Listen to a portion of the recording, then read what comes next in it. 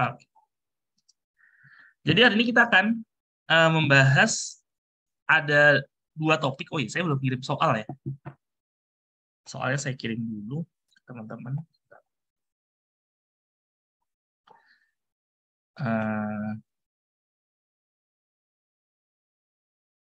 Jadi ada dua topik yang akan kita bahas. Yang pertama adalah kita akan bahas tentang eh, aksiom, ya, aksiom yang ada di aksiom terkait dengan preferences. Ya, jadi terkait preferences.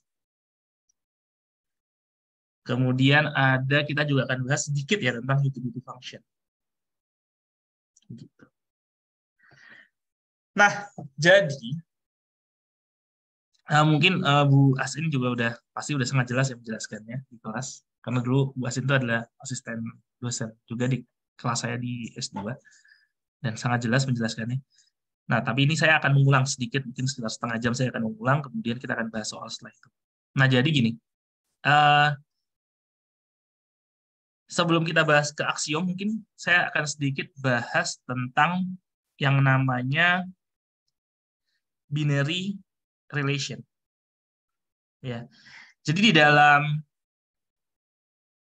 eh, ketika kita membahas preferences, itu kita akan dikenalkan dengan yang namanya binary relation itu dengan tanda seperti ini, kira-kira. Ya, kalau katanya Bu Asin sih tandanya cuma ada begini ya. Cuman saya pernah lihat juga yang begini. Ya, tapi ya tergantung dosen aja lah. Kalau dosen berkenannya tandanya hanya seperti ini, ya seperti lebih besar sama dengan gitu, yang ada masalah juga. Jadi kita punya binary relation itu seperti ini. Nah, apa sih maksudnya ini? Ya, maksudnya adalah at least as good as. Nah, ini artinya itu sebenarnya gini, at least as good as. Jadi sekurang-kurangnya sama baiknya dengan. Gimana sih itu? Jadi gini, misalnya kita punya. Oh ya, sebelum itu juga saya akan bahas sedikit tentang, teman-teman tahu ya X ya. X ada X1, X2. Nah, kalau teman-teman melihat kayak gini, ya, X1 ini maksudnya adalah apa? Bandel ke satu. Ini adalah bandel ke dua. Jadi bandel itu ditandai dengan superscript. Ini superscript seperti ini. Ya, X3, X4, ya. Itu adalah bandel. Tapi kalau misalnya teman-teman lihat subscript, misalnya X1, X2, X3, X4, subscript seperti ini dinamakan barang, goods-nya. Ini barang ke satu, barang kedua atau komoditi, komoditi ke satu, komoditi kedua, dan seterusnya. Sehingga kalau misalnya teman-teman dapat kayak gini misalnya, X11 atau X12, nah ini berarti adalah barang ke satu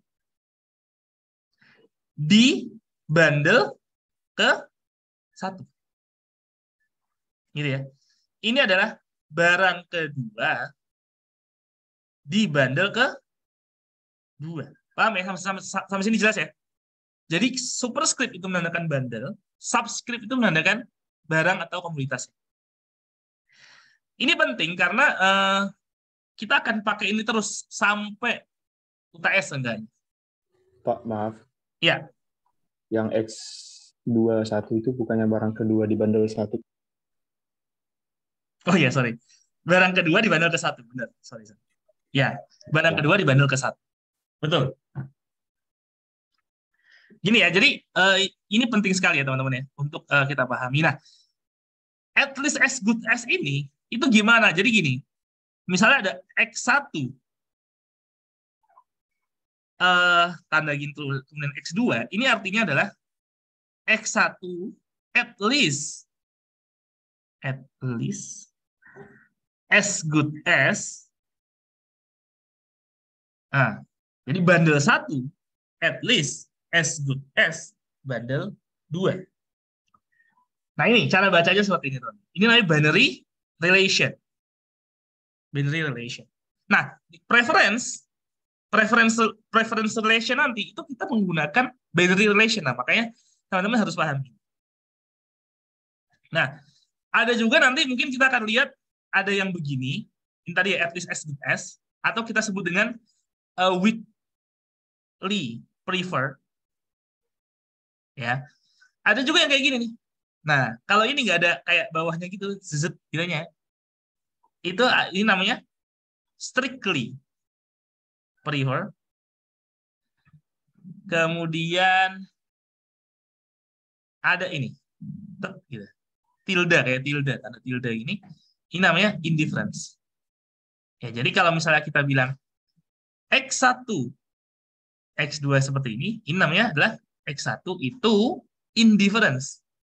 Atau bundle pertama itu indifference dengan bundle kedua. Sehingga kalau kita punya set gitu ya, ini adalah barang kedua, ini barang pertama. Kalau kita punya ini X1 dan ini adalah X2, oh berarti kita bisa bilang karena ini adalah indifference curve, berarti X1 bundle pertama ya itu indifference dengan bundle ke. Terus ya, ada yang mau tanyakan sampai sini? Silakan.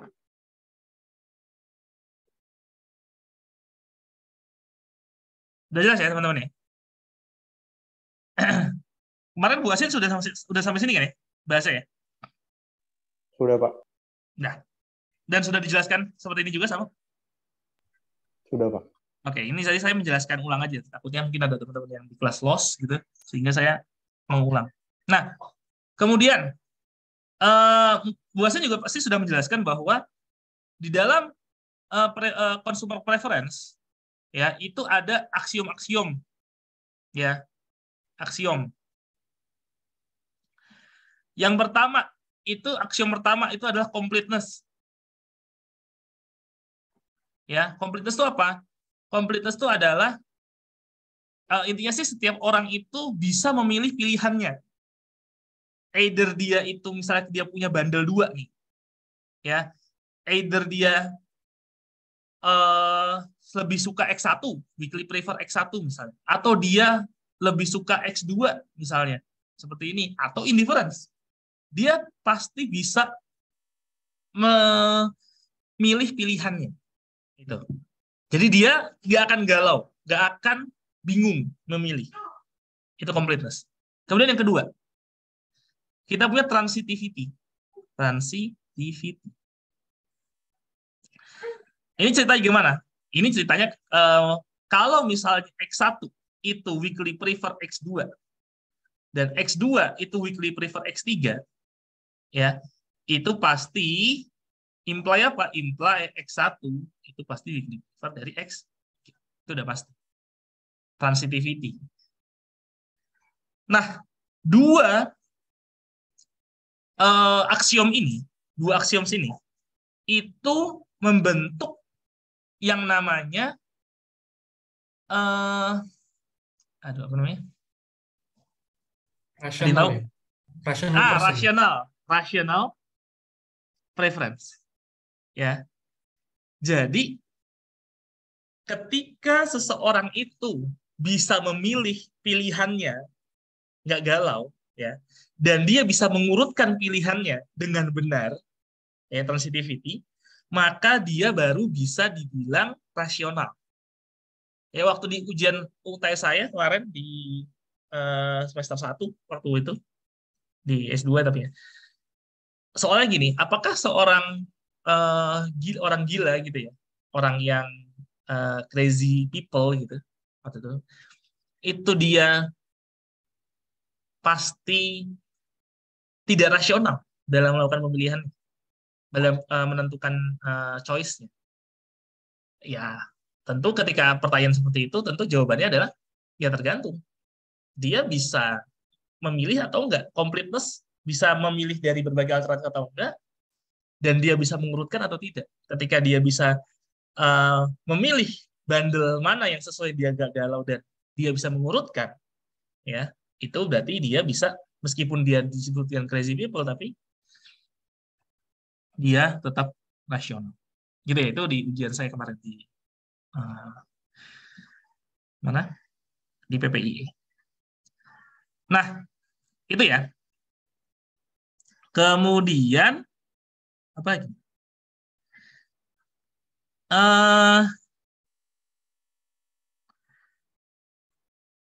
Terus apa pertanyaan saya yang selanjutnya, apakah aksiom 2 ini itu sudah cukup untuk membentuk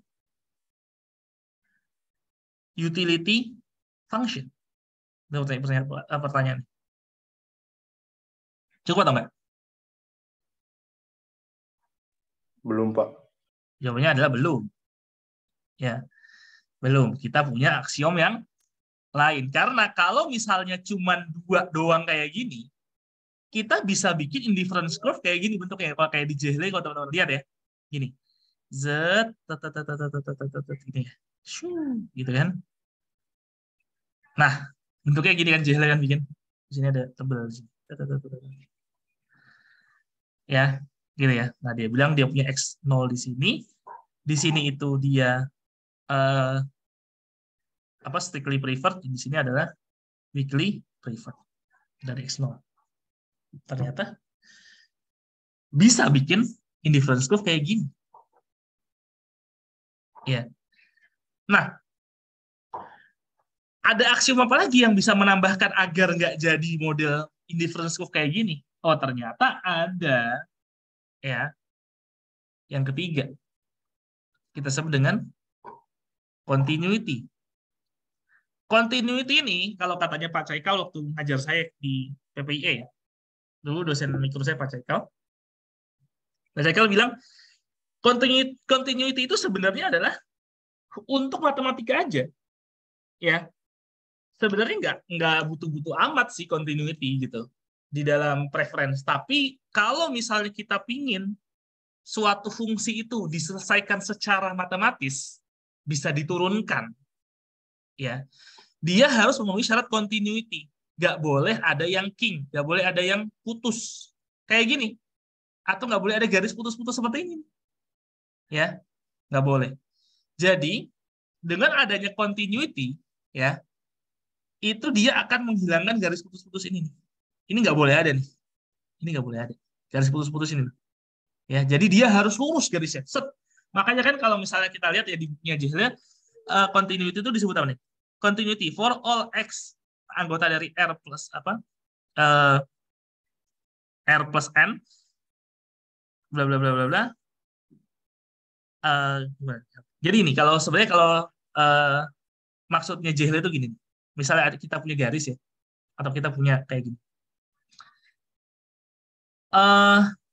Ketika kita punya garis kayak gini ya, ini disebut nggak kontinu. Kenapa? Karena kalau misalnya kita punya bandel X0 di sini, bandel 0 ke sini, dan bandel X1 di sini, ya, itu nggak nyambung di satu garis. Nah, kalau katanya Jehle, dia bilang, kalau misalnya ada X1 sama X0, nah, itu harus bisa dibikin garis lurus. Garis lurus. Garis tanpa putus-putus. Itu sih. Itu maksudnya si Jehle. Nah, tapi lagi-lagi saya bilang bahwa continuity ini itu hanya untuk matematis saja. Ya. Nah, ini yang ketiga. Yang keempat, 4 prime. 4 prime, tempat aksen. Itu dia adalah local non-satiation. Ya. Gampangnya itu nggak ada yang tebel kayak gini loh. Nih, ini kan tebel nih. Nah, ini kan tebel nih. Nah, gampangnya nggak ada yang tebel. Tapi kalau kata Jehle gini, disebut local non-satiation itu terpenuhi jika misalnya nih kita bikin titik di sini,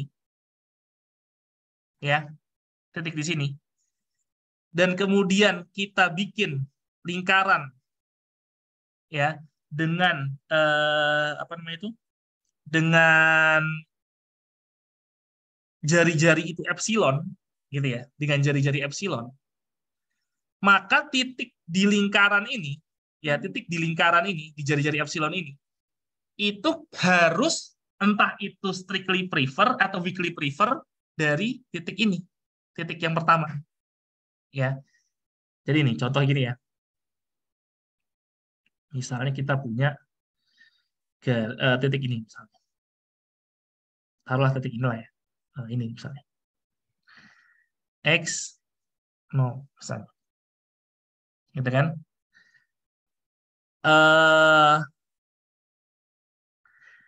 Atau X1 deh. Terus kita bikin lingkaran, set gitu kan, dengan jari-jari E. Ya. Nah, kita bisa bilang kan bahwa yang ada di sini X2 ya, itu dia adalah strictly prefer dari X1 kan. Karena ini kan daerah strictly prefer dari X0 ya, maksudnya dari indifference curve ini, dan ini daerah strict apa namanya? Yang tidak prefernya. Ya, yang tidak prefernya. So, ini strictly prefer dari X0 dan ini adalah daerah yang tidak prefer, less preferred gitu, less preferred dari X 0. X0 itu ini berarti kan ketika X1 itu kan berarti indifference dengan X0. Nah, berarti ini sama aja dengan dia less preferred dari X1. Nah, berarti kita bisa bilang apa? Oh, titik X2 ini itu adalah less preferred dari X1. Bukan. X2 adalah strictly preferred dari X1. Sorry. X2 itu strictly preferred dari X1. Nah, jadi harus seperti itu. Ketika kita bikin, misalnya kita punya titik di sini, kemudian kita bikin lingkaran. Nah, kita harus bisa bilang bahwa yang ini itu strictly preferred, yang ini adalah, misalnya kita punya di sini itu berarti less preferred, kalau kita punya di sini itu berarti strictly preferred. Nah, dengan adanya daerah tebal seperti ini, ya, daerah tebal seperti ini, maka ketika kita punya, taruhlah misalnya kita punya X2 di sini, atau X4 ya, misalnya X4 di sini, dan kita bikin apa nih, lingkaran di sini dengan jari-jari E, dan kita bikin X5 di sini, kita bisa bilang nggak bahwa X5 ini strictly prefer dari X4? Ternyata nggak bisa. Kenapa? Karena daerah tebal ini itu menandakan bahwa dia indifference. Ya, kalau kasusnya ada daerah tebal, kayak yang tadi saya bilang, daerah tebal ini, maka X4 itu indifference dari X5. Nah, ini nggak boleh. Tidak memenuhi local non-citation. Yang memenuhi local non-citation itu berarti nggak boleh ada daerah tebalnya. Ya, nggak boleh ada daerah tebalnya. Ya, jelas ya? Sampai sini ada yang mau tanya mengenai local non-citation?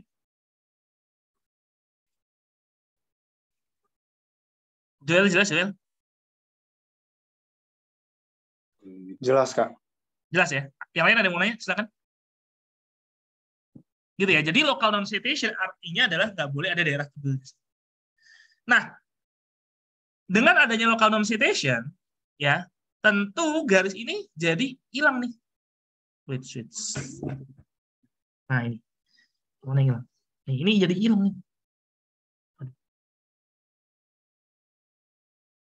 Nih ya. Nah, jadi bentuknya kan seperti ini sekarang. Iya nggak? Nah, terus gimana? Yang keempat, ini kan 4 prime. Yang keempat itu ada kita punya strict monotonicity. Monotonicity. Strict monotonicity itu bilang bahwa kalau kita punya garis, bentuknya gimana? Misalnya, strict prefer itu gini. Strict monotonicity itu gini. Kalau kita punya garis seperti ini, set gitu ya. Maka jika kita punya dua titik, ya, dua titik, dan kita hubungkan dengan garis, ya, maka titik di tengah-tengah garis ini, entah di sini, di sini, di sini, itu harus apa tuh katanya dia? Harus strictly prefer. Ya, ketika kita punya X0 dan X1 di sini, dan kita bikin garis lurus, garis seperti ini, dan kita kasih titik di tengah-tengahnya, itu taruhlah ada X2 di tengah-tengahnya itu, maka X2 ini harus strictly prefer atau X2 harus strictly prefer dari X0. Strictly prefer ya, dari X0. Itu kata J-Hale kayak gitu. Sehingga ini kan jadi ada yang disebut dengan upper contour, ada yang disebut dengan under contour. Ya. Nah, yang namanya monotonicity itu hanya bisa terjadi jika ya titik yang ada di garis putus-putus itu adanya di upper contour. Nah, upper contour itu kan di sini. Ini upper contour, ini under contour. Nah, garis itu harus ada di upper contour. Intinya itu sih, strict monotonicity. Atau kalau dalam bahasa matematikanya, ketika kita punya X0 sama X1, maka T X1 ditambah 1 min T X0, ya itu harus strictly prefer dari X0. Nah, itu sama. Ini bahasa matematikanya. Ini bahasa matematikanya. Jadi tadi ya, strict monotonicity itu garis tadi, garis penghubung dua titik itu harus ada di upper contour. Itu baru disebut dengan strict monotonicity. Ya, gitu. Ada yang mau tanya sampai sini? Silakan. Pak, maaf saya mau nanya Pak. Gimana? Yang apa sih yang ada garis tengah-tengahnya titik itu tuh bukannya ini strict convexity ya? Apa gimana? Kalau dari catatan saya gitu, soalnya saya bingung Pak. Sebentar. Yang ini strict convexity Pak, kalau yang monotonicity yang Oh more iya. better than less itu. Sebentar. Oh iya, benar nih. Sorry. Saya salah ya. Oh iya, betul. Setuju. Jadi ini adalah strict convexity ya. Oke, ini berarti yang kelima ya. Kelima prime. 5. Ini strict convexity. Oh ya, strict monotonicity itu yang keempat ya. Itu adalah, terima kasih ya udah mengoreksi. Jadi yang keempat itu adalah strict monotonicity itu adalah the more is better gitu ya. Itu strict monotonicity, benar ya. Jadi the more is better. Nah, oke. Benar ya, ini adalah convexity. Ini saya tadi jelasin tentang convexity. Nah, kalau strict monotonicity itu adalah the more is better. Nah, cerita the more is better ini, ya, cerita the more is better ini gimana? Jadi gini.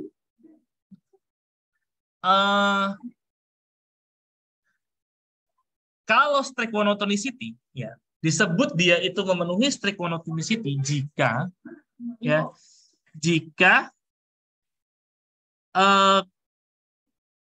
kita punya gini, misalnya kita punya kayak gini, ya.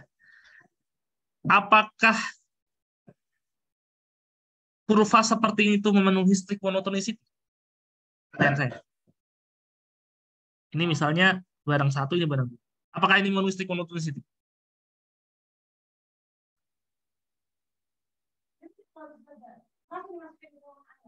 Memenuhi atau tidak?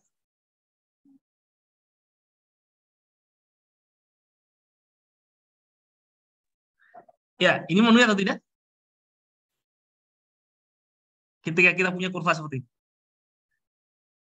Ada yang mau jawab?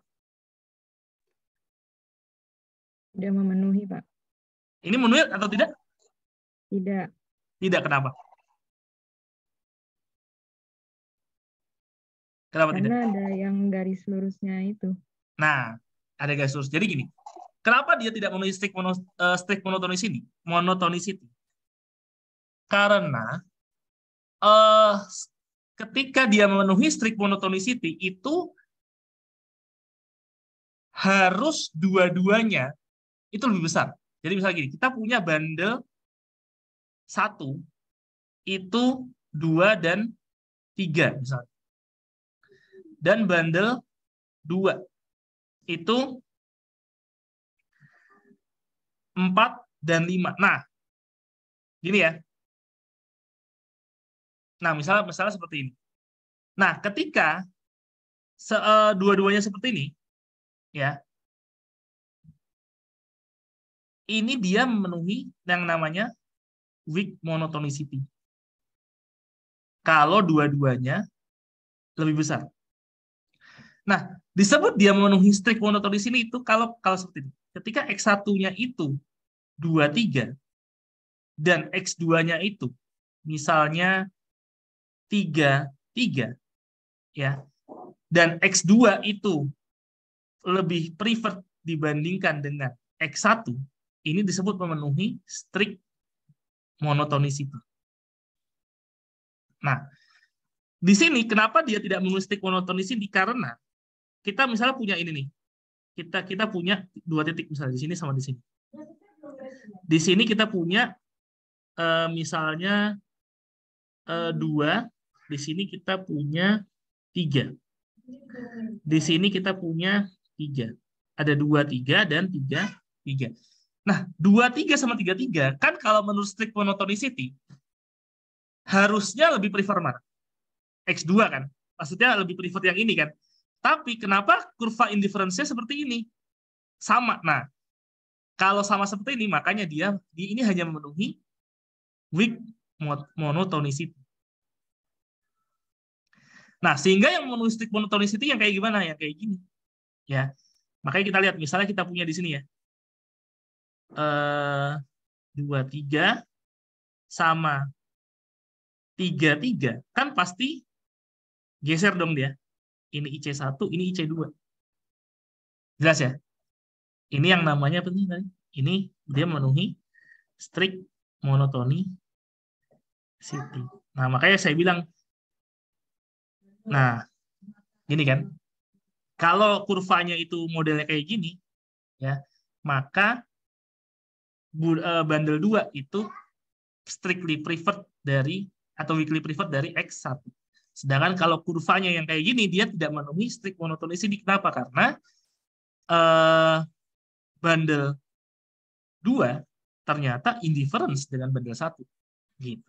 Jelas sampai sini? Ada yang mau tanyakan?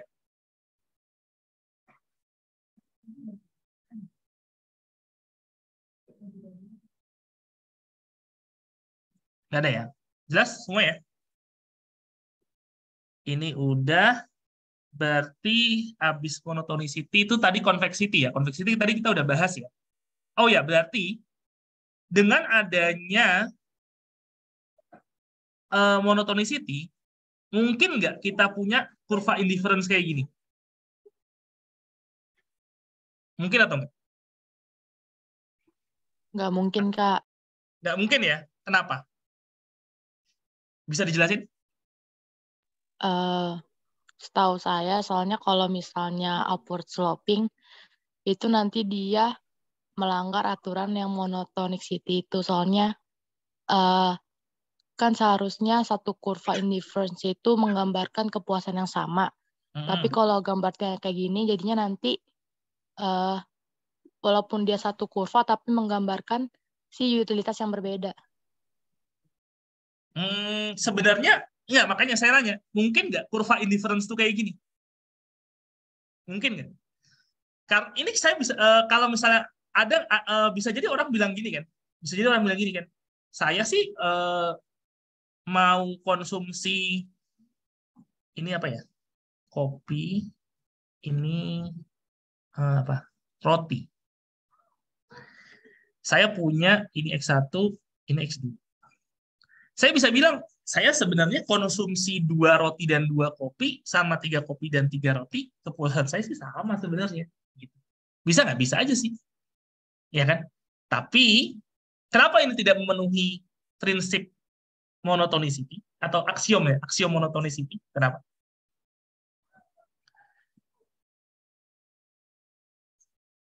Karena katanya strict monotonicity, the more itu harus lebih baik, harus lebih dipilih. Nggak boleh kalau misalnya kita 3, ya, kita mengkonsumsi 3 roti dan 3 kopi, itu sama puasnya dengan 2 roti dan 2 kopi, itu nggak boleh. Ya, itu ya. Jadi kenapa sih ini tuh tidak memenuhi strict monotonicity? Ya karena strict monotonicity itu bilang, lebih banyak itu harus lebih puas. Ya, kita konsumsi 3 kopi dan 3 roti itu harus lebih puas dibandingkan kita konsumsi 2 kopi sama 2 roti. Jelas ya? Itu alasannya kenapa. Nah, makanya kurva yang bisa itu cuman yang begini. Set, set. Gitu. Ya, yang gimana yang gini. Seenggaknya dia downward sloping. Entah gini, atau gini, boleh. Seenggaknya dia downward sloping, harus seperti itu. Kenapa? Karena dia itu memenuhi monotonicity ya nggak sih? Ini di sini kan. Ketika kita konsumsi X2 atau bundle 2, itu kita pasti lebih puas dibandingkan dengan konsumsi bundle ke 1. Jelas ya? Sampai sini? Siapa tadi yang jawab?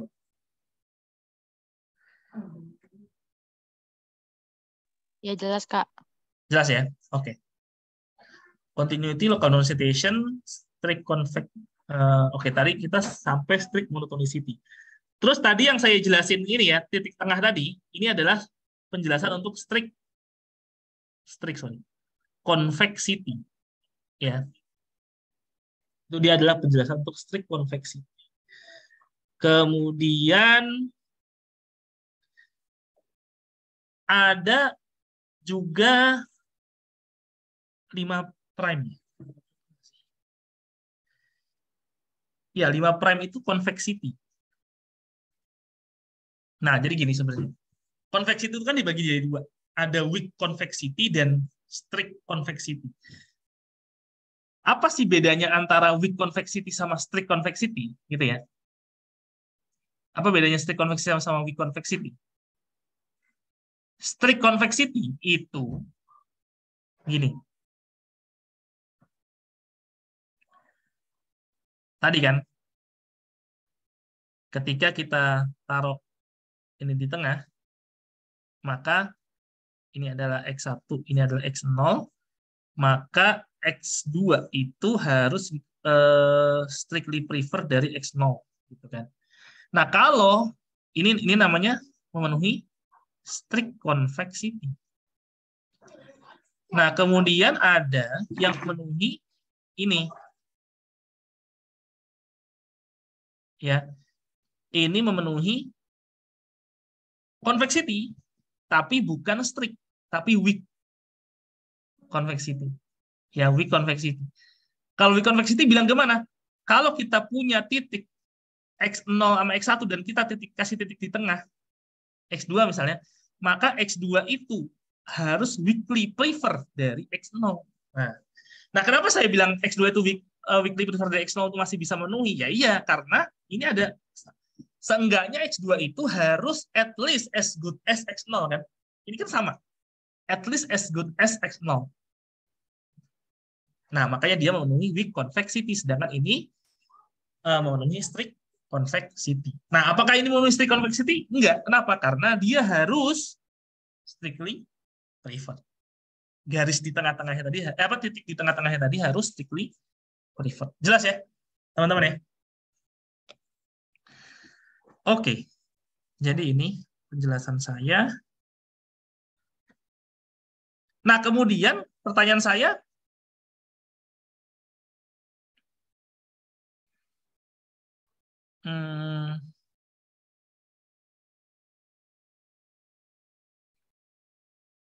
ada nggak yang belum dijelasin? Lexicographic ordering kemarin dijelasin nggak sama Bu Asing? Halo? Dijelasin, Kak. Oke. Lexicographic ordering. Nah, di dalam konsep preference itu juga ada yang disebut dengan lexicographic ordering. Itu ceritanya gimana sih? Jadi gini. Ada orang itu atau kita bahkan ya, misalnya kita punya 2 pilihan.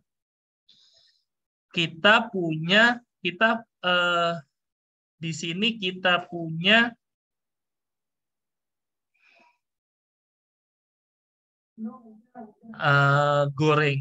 gorengan. Di sini kita punya cabai rawit. Ya. Jadi lexicographic ordering itu ceritanya gini. Ketika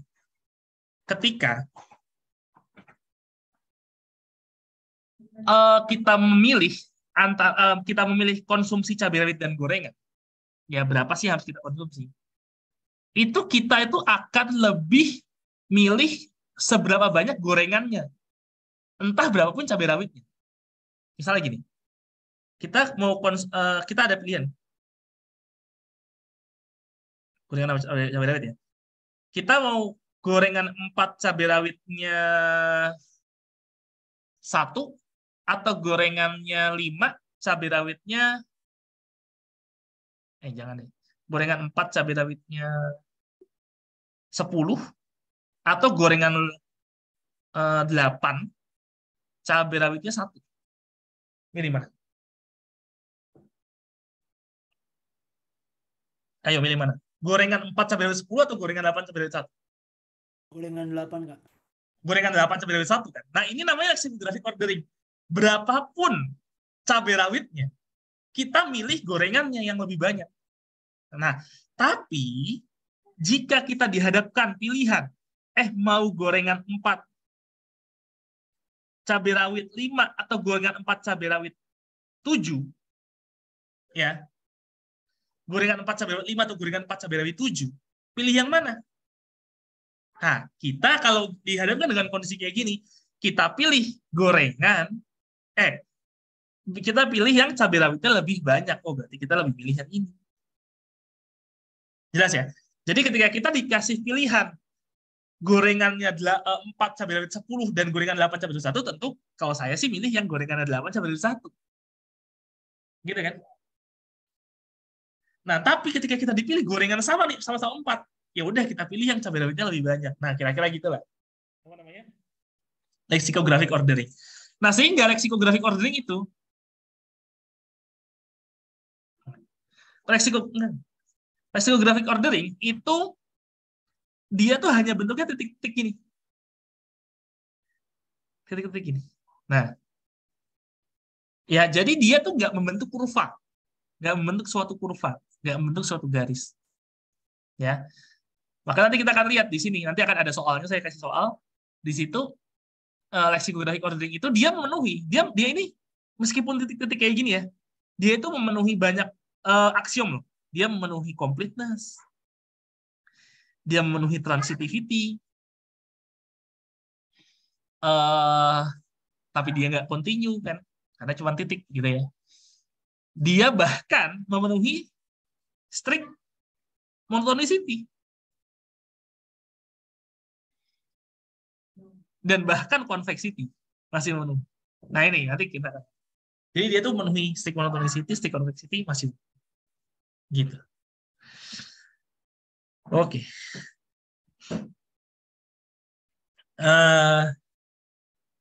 Sampai sini ada yang mau tanyakan sekarang? Ini udah jelasin juga. Lexicographic ordering itu memenuhi yang mana aja udah dijelasin sama Basin. Halo? Udah, Pak. Udah? Berarti Basin menjelaskan semuanya. Mantap sekali.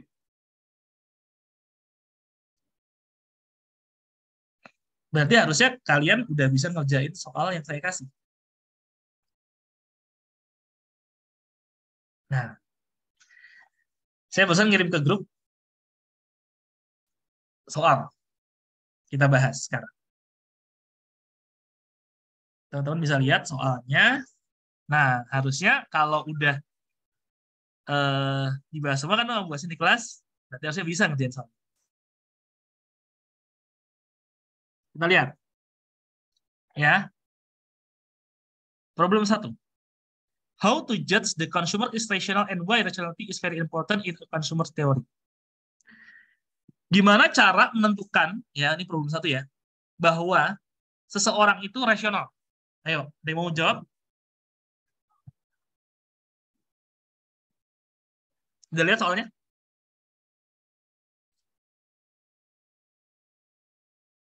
Ayo, lumayan nih dapat. Aksiom yang 1 dan 2 itu enggak? Betul. Jadi, seseorang itu dikatakan rasional jika memenuhi aksiom 1 dan 2. Apa tuh? Yang pertama adalah completeness. Dan yang kedua adalah transitivity. Bagus. Oke. Kemudian yang kedua, kenapa rationality itu penting di dalam consumer theory?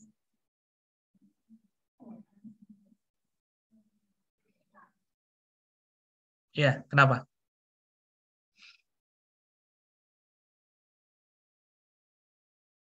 Iya, karena kita tuh hanya bisa menganalisis konsumen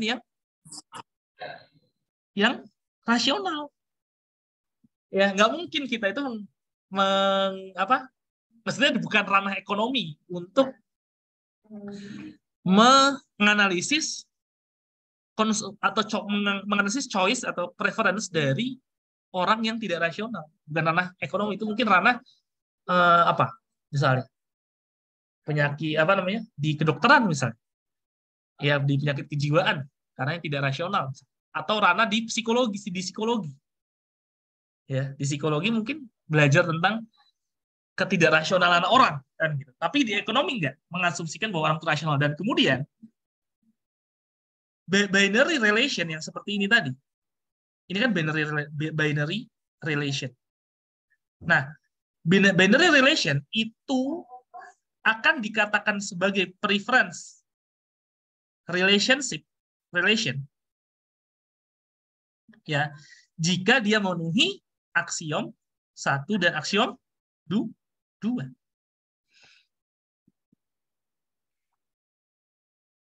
Jelas ya, teman-teman? Jadi preference relation itu akan dikatakan binary relation jika dia memenuhi aksiom 1 dan aksiom 2, which is adalah completeness dan transitivity. Jelas ya, teman-teman ya? Yang kedua. Soal yang kedua. Nah, apakah kurva ini X2, ini X1, gimana bentuknya? Z.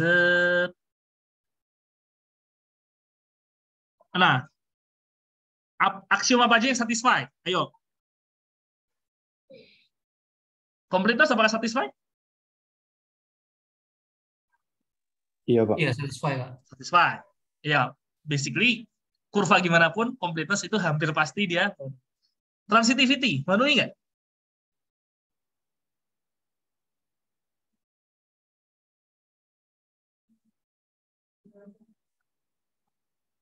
Transitivity? Memenuhi. Ada nggak sih yang model yang indifference curve yang nggak memenuhi transitivity itu yang kayak gimana sih? Nih, indifference curve yang nggak memenuhi transitivity itu yang masih kan yang minggu lalu saya jelasin yang bentuknya gini, berpotongan antara 2 indifference curve.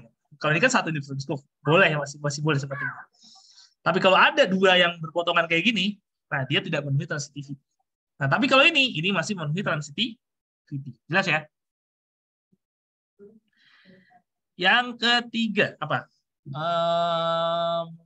Completeness, transitivity, local non-situation. Bukan. Continuity. Ya, continuity. Apakah ini memenuhi continuity? Tidak ya, Pak. Tidak. Kenapa? Ada terpotong itu di tengah. Ya, ada yang terpotong di tengah. Berarti dia nggak continue ya. Tidak. Kemudian apa lagi? Local non-citation. Apa memenuhi? Enggak, Kak. Kenapa? Ada itu masuknya garis tebal gak sih, Kak, yang bolong itu? Bukan. Apa bukan ya? Tebal tuh kalau begini. Tapi ini kan kosong kan? Iya nggak sih? Makanya saya bilang gini, local non-citation itu kalau misalnya kita punya titik ini misalnya, dan kita punya titik ini, bikin garis lingkaran, ini misalnya X0, ini X1, ya, kita bisa bilang bahwa kalau local non-citation ya, kalau dia itu tidak satisfy local non-citation, maka X0 sama X1 itu indifference. Tapi di sini kita kan enggak. Ya, kan kita enggak kan? X0 sama X1 kan enggak indifference kan? Ya, ini di under konturnya kan? Iya nggak sih? Tadi saya jawab. Jelas ya, Mas ya? Iya, jelas, Kak. Jelas ya? Jadi ini masih local non-citation terpenuhi karena nggak ada garis tebal. Nggak ada area tebalnya. Kemudian, apa lagi? 4 continuity. Bukan continuity. Monotonicity. The more is better. Monotonicity. Strict monotonicity. Apakah memenuhi strict monotonicity?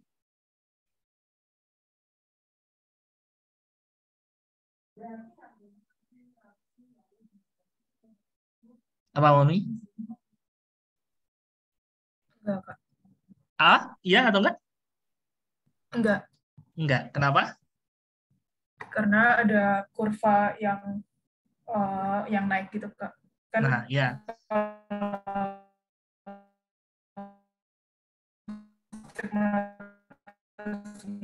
Ini saya putus-putus ya? Putus-putus ya barusan. Tapi oke, saya paham maksudnya. Ini kan ada ini. Terus kemudian ini sama ini nih. Misalnya kita punya X0 di sini. X1 di sini. Harusnya X1 sama X0 hubungannya apa? Harusnya lebih prefer X1 dong. Benar nggak dibandingin dengan X0? Benar nggak sih? Karena kan ini jelas ya. Iya nggak sih? Mau bagaimanapun X1 itu pasti harus lebih prefer dibandingkan dengan X0 kalau memenuhi prinsip monotonicity. Benar ya? Tapi ini enggak. Ternyata apa? Ternyata ini indifference curve kan? Ini indifference kan antara X0 sama X1. Berarti dia tidak memenuhi apa? Tidak memenuhi monotonicity, strict monotonicity. Kemudian yang terakhir apa? Convexity. Apakah memenuhi? Enggak ya, Kak? Enggak. Kenapa? Karena ini tadi. Ketika kita tarik garis ya kan?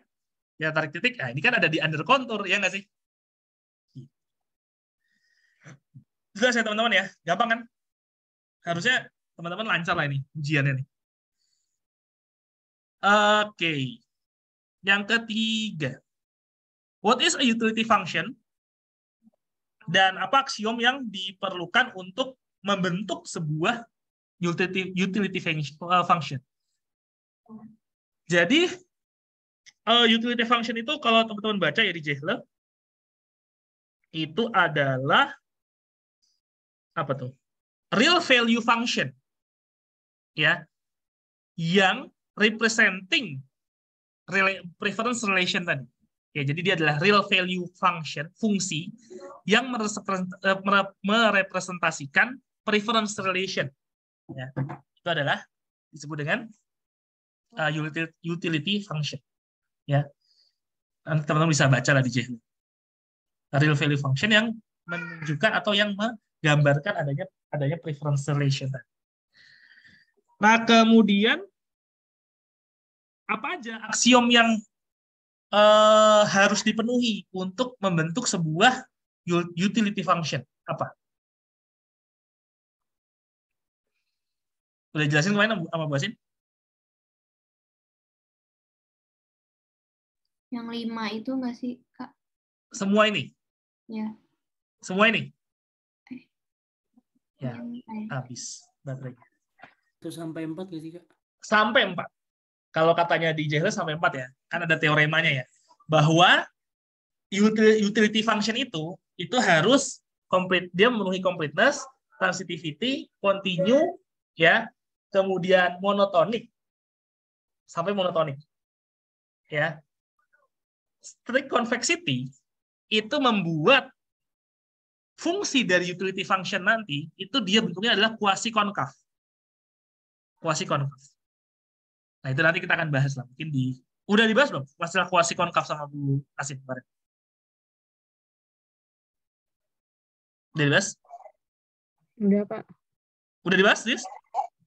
Quasi konkav kan, Pak? Iya, udah. Iya, maksud saya bentuk quasi konkav itu kayak gimana? Udah dibahas? Sampai bentuknya udah sih. Gimana yang bentuknya gimana? Yang begini? Gimana sih bentuknya? Set. Gini bukan?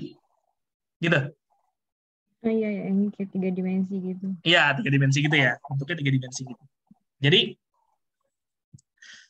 strict convexity itu untuk agar bentuknya itu quasi konkav.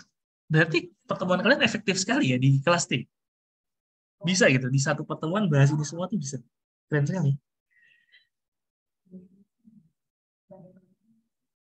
Iya, karena dulu zaman saya dulu kan, saya sama Pak Saita itu agak lama prosesnya.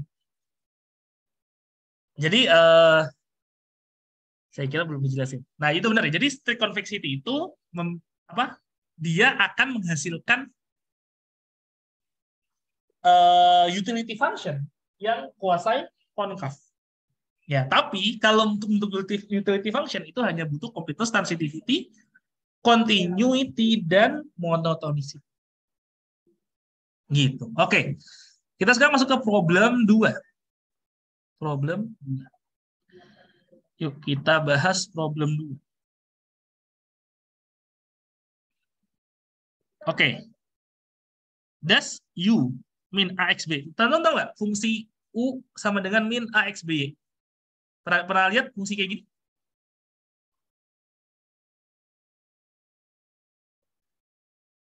Pernah lihat nggak? Halo? Halo? Suara saya terdengar nggak sih? Tes. Terdengar, Kak. Pernah lihat nggak bentuk fungsi kayak gini? Belum ya? Coba dari Abian, kamu udah pernah lihat? Kayaknya pernah, cuman lupa sih, Kak. Ini bentuk fungsi perfect complement. Komplementer. Ya, perfect complement. Jadi bentuk kurvanya tuh yang leontif, yang kayak gini. Ya. Jadi kalau teman-teman dilihat min AXBY, itu bentuk kurvanya leontif. Jadi ada lagi kan yang misalnya, yang sering ya di dalam nanti mungkin sampai ke ujian itu teman-teman akan lihat U sama dengan X pangkat alfa, Y pangkat beta. Ini namanya Cobb-Douglas. Ya. Yang ini namanya leontif ya. Ini bentuknya kayak gini kalau Cobb-Douglas. Terus ada U X pangkat alfa tambah beta pangkat alfa. Y pangkat alfa 1/alfa. Saya lupa kira-kira seperti ini kira-kira. Saya agak lupa bentuknya gimana. Ini adalah chess. Ada yang bentuknya AX plus BY. Ini namanya perfect substitution. Atau kita sebut dengan kurva linier. Ini yang chess tuh kayak gini juga. Ini ya. Jadi ini yang akan sering kita latih dan kita gunakan ya di hitung-hitungan nanti. Sehingga kalau dapat kayak gini ya itu matematika. Kakak. Adi masuk.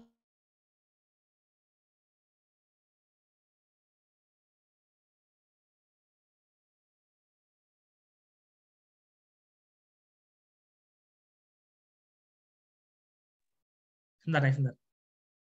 Ayo bawa keluar. Nah, oke. Nah, sekarang pertanyaannya apa?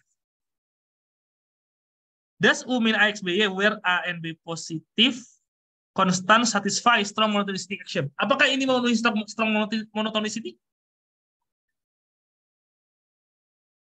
Jawabannya apa? Tadi kan udah kita bahas. Apakah kurva leontif seperti ini itu memenuhi strong monotonicity? Enggak ya, Kak? Enggak ya. Ingat ya. Karena apa? Nah, tadi strong monotonicity itu bilang kalau di sini ada X0 dan di sini ada X1, katanya strong monotonicity itu X1 itu harus apa nih? Harus strictly prefer. Sebentar, saya cek dulu. Iya, X1 itu harus strictly prefer dari X0. Ya.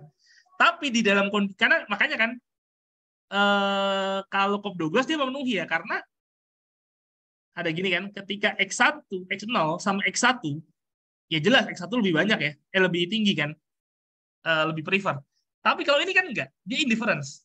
Nah, ini dia tidak memenuhi apa? Strict monotonicity. Jelas ya? Jelas semua? Jelas, Kak. Oke, jelas. Oke, kemudian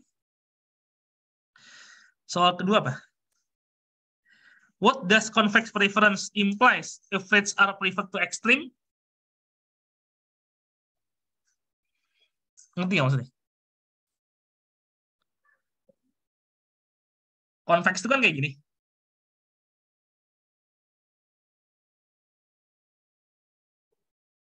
Convex itu bilang bahwa rata-rata itu pasti lebih baik dibandingkan dengan ekstrim. Benar nggak? Jawabannya? Benar, Kak. Pak. Benar. Gimana tuh ceritanya tuh? Coba, Joel. Ceritanya gimana tuh? Joel? Mungkin berkaitan dengan yang tadi, Pak. Kalau titik ekstrim ditarik, kita akan lebih prefer ke yang di tengah. Nah, betul. Bukan yang ekstrim. Ya, gini ya. Ini kan ada titik ya. Misalnya bandel 1. Ini adalah bandel 0. Ini ada bandel 2. Ya. Rata-rata X0 dan X1 itu kan ini kan.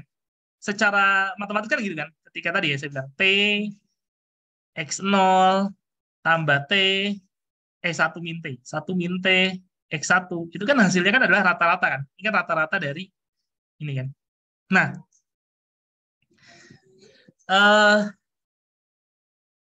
ini rata-rata dari X1 sama X0. Ya. Dapatnya adalah X2. Dan ternyata dia lebih preferred dibandingkan dengan X0 dan X1. Gitu ya. Jelasinnya gitu aja. Gampang kan? Kemudian, do preference relations that are complete and transitive always have a utility representation.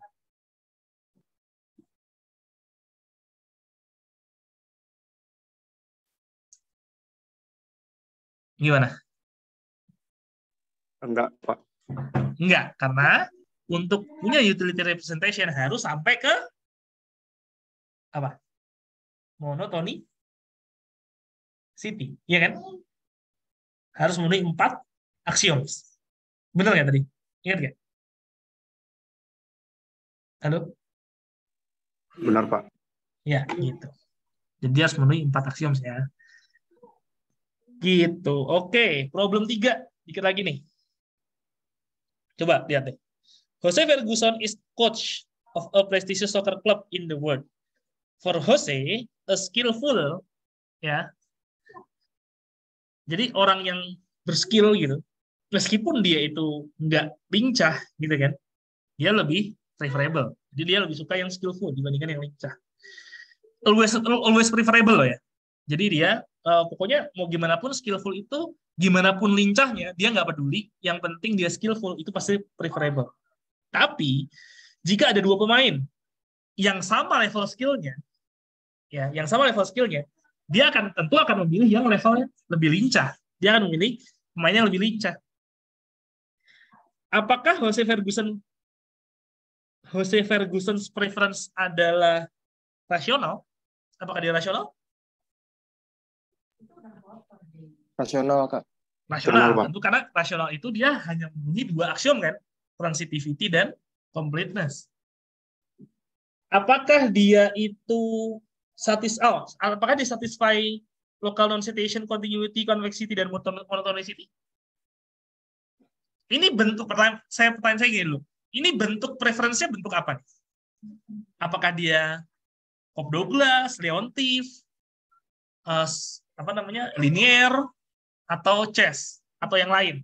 Bentuknya apa?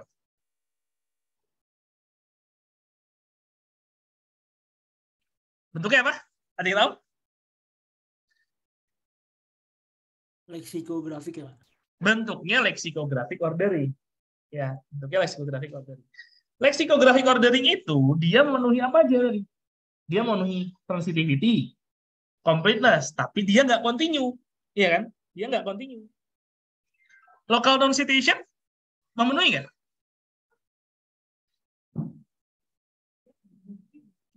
Local non-citation memenuhi nggak? Ayo, tadi definisi local non-citation apa?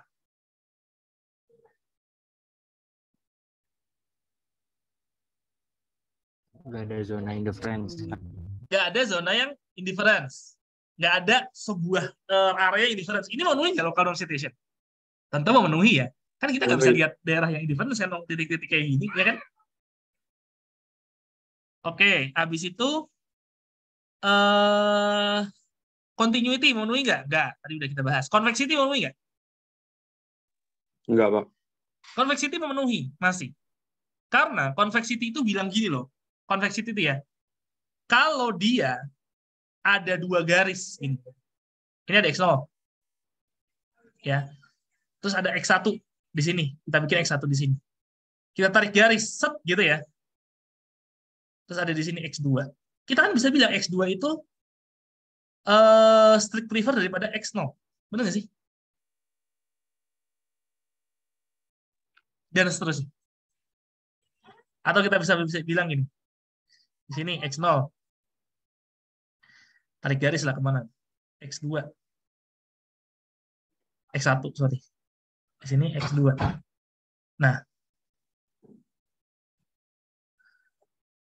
ini kita bilangnya gimana? X2, X2.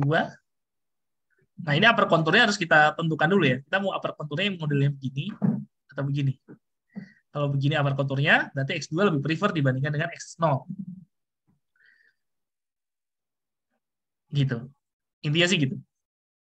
Jadi kemarin ini udah kita bahas, udah dibahas juga sama Bu Asin, dan Bu Asin setuju ya bahwa untuk soal ini dia masih memenuhi strict convexity. Gitu. Monotonicity memenuhi.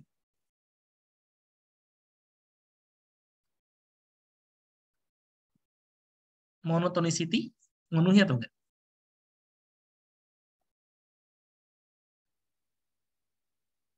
Halo? The more is better. Nih, saya tanya lagi. Ini misalnya ya. Ini X0. Ini X1. Kamu pilih mana? Ini X1 kan? Pak.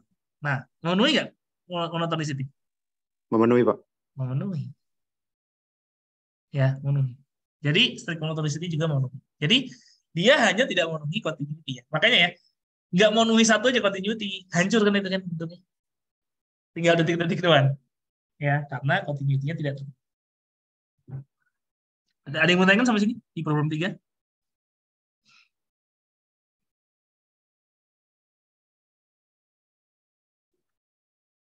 Terakhir nih, problem 4. Syahrana is a student of FEBUI.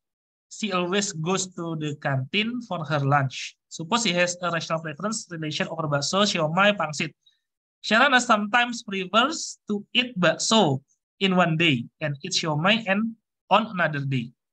Also, she always likes to eat bakso whenever only bakso and pangsit available. Jadi dia itu kadang-kadang milih siomay, kadang-kadang milih bakso. Ya. Dan dia itu suka makan bakso. Ya, dia suka makan bakso kalau cuma ada bakso sama pangsit yang available. Nah, define and explain Syahrana preference relation. Over bakso dan siomay. Dia lebih suka bakso atau siomay? Berarti. Bakso sama siomay? Indifference ya, Kak? Indifference, karena kadang-kadang dia siomay, kadang-kadang dia bakso. Berarti ya indifference. Bakso, indifference, siomay. Kemudian, bakso versus pangsit. Milih bakso pangsit?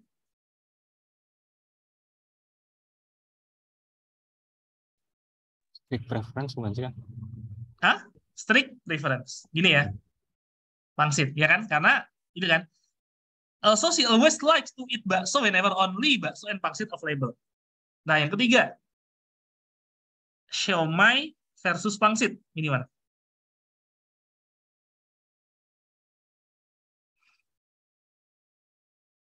Ini mana?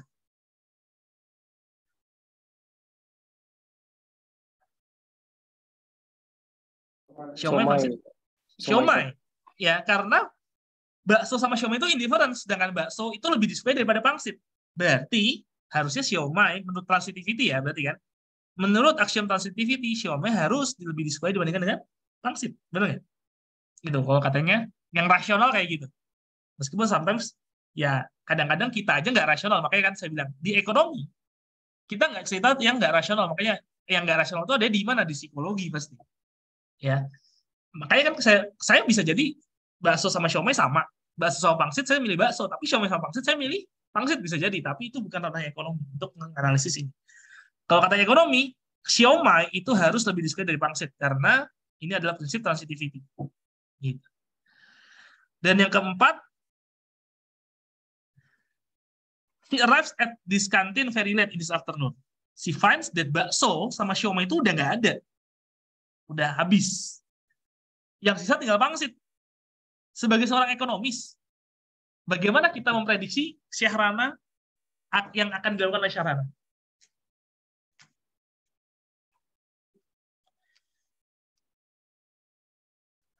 Tentu ngapain? Nah, kita sebagai ekonomis tidak bisa menganalisis ini. Kenapa? Karena nggak ada data yang menunjukkan bahwa dia itu milih pangsit, betul nggak sih?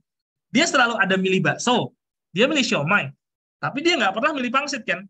Bisa jadi emang dia alergi pangsit, iya kan? Kita nggak bisa menganalisis ini. Jadi ya intinya sebagai di ekonomi ini tidak bisa dianalisis. Jelas sampai sini? Jelas sampai sini ya, teman-teman ya? Ada yang mau ditanyakan?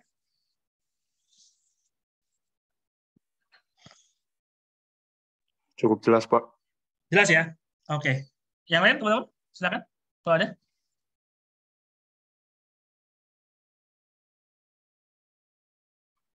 Oke, jadi mudah-mudahan ini ya, soalnya bisa jadi bahan teman-teman latihan di rumah. Mempersiapkan ujian.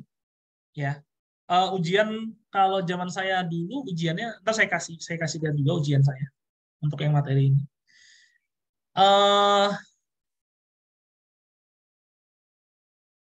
Yang tentang ini ya, tentang seperti ini, tentang teori kayak gini, cuma ada sedikit ya waktu itu. Ntar saya coba cek lagi deh. Saya belum ngecek juga. Nanti saya cek minggu depan, mungkin saya akan coba kasih lihat ke teman-teman. Nah, tapi di S2 ya. Tapi kalau saya lihat sih, ujian S2 dan S1 untuk masalah ini nggak terlalu beda jauh. Ya, mungkin S2 akan lebih sulit sedikit, tapi nggak terlalu beda jauh lah sebenarnya. Gitu. Oke, teman-teman, kalau nggak ada yang mau tanyakan lagi, sudah malam juga. Sudah di saya udah jam 9. Di Indonesia udah jam 6 ya. Udah mau jam 6. Oke, terima kasih teman-teman atas perhatiannya. Semoga apa yang saya sampaikan bisa bermanfaat.